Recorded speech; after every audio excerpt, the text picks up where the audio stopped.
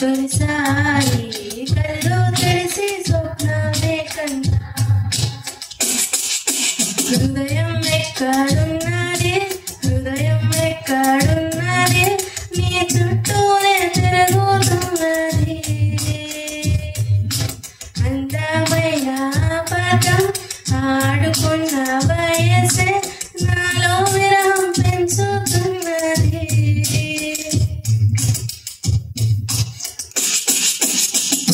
Thank you. చాలా చక్కగా.